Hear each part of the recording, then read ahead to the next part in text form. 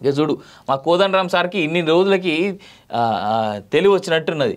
DSC group 2 పరీక్షల మధ్య వ్యవధి ఉండేలా చూడండి, అప్పుడే అభ్యర్థులకు న్యాయం. టీజీపీఎస్సీ కమిషనర్ను కోరిన కోదండరామ్ హరగోపాల్. అధికారంలో ఉన్నది మీరు, మీ పక్షమే కదా సార్, ఎందుకు మాట్లాడతారు? రేవంత్ రెడ్డి నువ్వు చెప్తే ఒక్కటే మాట వింటాడు, రేపో మాపో నీకు ఎమ్మెల్సీ కన్ఫర్మ్ అవుతుందట, అందుకే నువ్వు సైలెంట్గా వండుకున్నవాట అనేటువంటి చర్చ చాలా బలంగా ప్రజల్లో జరుగుతుంది. మరి దాన్ని ఏమంటావు కోదండరామ్ రెడ్డి సార్? ఇన్ని రోజులు అంటే ప్రజలు ఓ పక్క స్టూడెంట్స్ అందరూ వచ్చి రోడ్ల మీద కూర్చొని నిరాహార దీక్షలు చేస్తూ ఉంటే ఇప్పుడు నీకు తెల్లారిందా కోదండరామ్ రెడ్డి గారు? డిఎస్సి గ్రూప్ 2 పరీక్షల మధ్య వ్యవధి ఉండేలా చూడాలని టీజీపీఎస్సీ చైర్మన్ మహేందర్ రెడ్డిని టీజేఎస్ అధినేత కోదండరామ్ ప్రొఫెసర్ హరగోపాల్ కోరారు. అప్పుడే అభ్యర్థులకు న్యాయం జరుగుతుందన్నారు. డిఎస్సి వాయిదా కోసం ఆందోళన నేపథ్యంలో మంగళవారం కోదండరామ్ హరగోపాల్ మహేందర్ రెడ్డిని కలిశారు. ఆ వివరాలను కోదండరామ్ ఓ ప్రకటనలో వెల్లడించారు. పోటీ పరీక్షల అభ్యర్థులు ఎదుర్కొంటున్న సమస్యలను తాను హరగోపాల్ కమిషన్ చైర్మన్ మహేందర్ రెడ్డి దృష్టికి తీసుకెళ్లినట్లు చెప్పారు. పోస్టులు మళ్లీ వస్తాయో రావోనని వారిలో నెలకొన్న భయాన్ని, ఇప్పుడున్న పరిస్థితిలో పరీక్ష రాయడానికి ఉన్న ఇబ్బందులను చెప్పినట్టు తెలిపారు.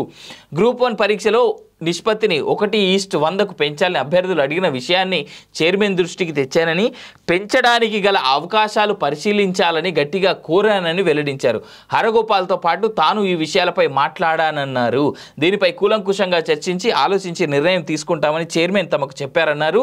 విద్యార్థి నిరుద్యోగుల సమస్యలపై తాము క్రియాశీలకంగా స్పందిస్తున్నామని, సమస్యల స్వభావం తీవ్రతను బట్టి ఎప్పటికప్పుడు స్పందిస్తూనే ఉన్నామని చెప్పారు. మీరు స్పందిస్తున్నట్టు కానీ విద్యార్థుల కోసం మాట్లాడినటువంటి కానీ దాఖలాలు కానీ కనబడతలు.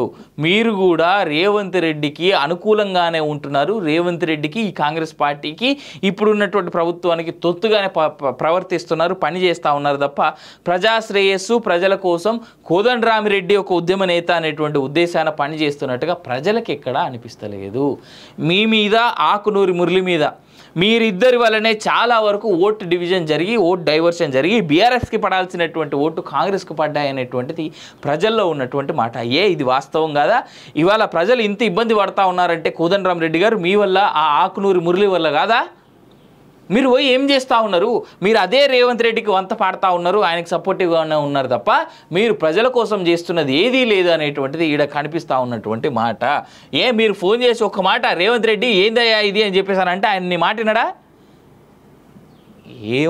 ఏం చేస్తున్నారో ఏమో.